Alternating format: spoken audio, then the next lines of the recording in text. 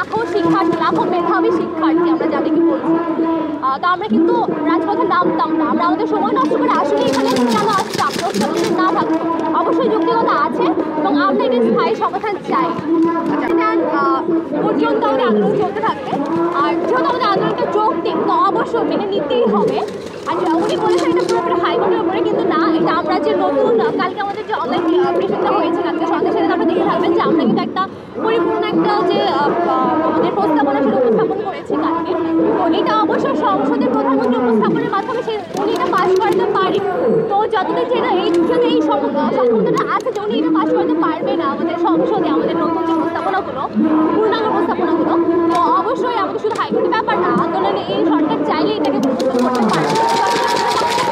নাম পাচ্ছে ততক্ষণ পর্যন্ত আন্দোলন কার্যক্রম যাচ্ছে। আপনি যেটা কোটার একেবারে বিরুদ্ধে আমরা না, কারণ একটা ইকুইটি আনতে হলে কোটার প্রয়োজন আছে। সেটা আমরা প্রতিবন্ধী কোটা, তারপরে আমাদের উপজাতি কোটা, সে পর্যন্ত আমাদের যেটুকু জরুরি ইকুইটি আনার জন্য তার বিরুদ্ধে কিন্তু আমরা করছি না। আমরা যেটা করছি সেটা হলো, হ্যাঁ, মুক্তিযোদ্ধা সন্তানের কথা, মুক্তিযোদ্ধা সন্তান পর্যন্ত সেটা ঠিক ছিল, কিন্তু তার নাতিপুতি পর্যন্ত এটা আসলে অযৌক্তিক।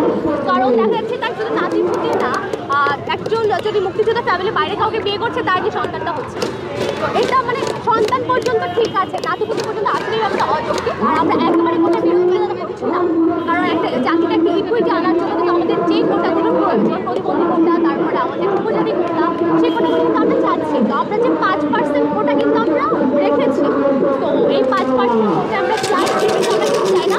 আর একটা নারী হিসেবে নারীরা বর্জন করছে, কারণ এখন যেহেতু আমাদের যে দেশের প্রধানমন্ত্রী একজন নারী, মানে স্পিকার একজন নারী, বিরোধী দলের নেতৃত্ব যখন একজন নারী, তখন নারীর ক্ষমতা নেই বা নারী পিছিয়ে আছে, এটা একেবারে অযৌক্তিক একটা কথা।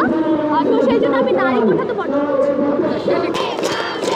মুক্তিযোদ্ধারা আমাদের কাছে অতি সম্মানীয় ব্যক্তি, তারা না থাকলে আমরা এই সোনা বাংলাটা পেতাম না।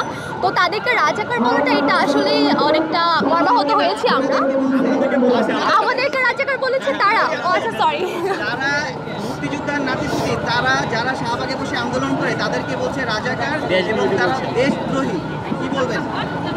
ওকে, তো তাদের জন্য এটা বলবো আমি, সেটা যখন নিউজে দেখলো যে মুক্তিযোদ্ধার সন্তানেরা বসেছে, তো সেই পর্যন্ত ঠিক ছিল। তার নাতিপুতিরা এই কথাটা বলা তাদের আসলেই সরি টু সে, বাট তাদের আরেকটু মেধা অর্জন করা উচিত। কোথায় কোন কথাটা কীভাবে বলতে হবে, কাদেরকে কী বলতে হবে,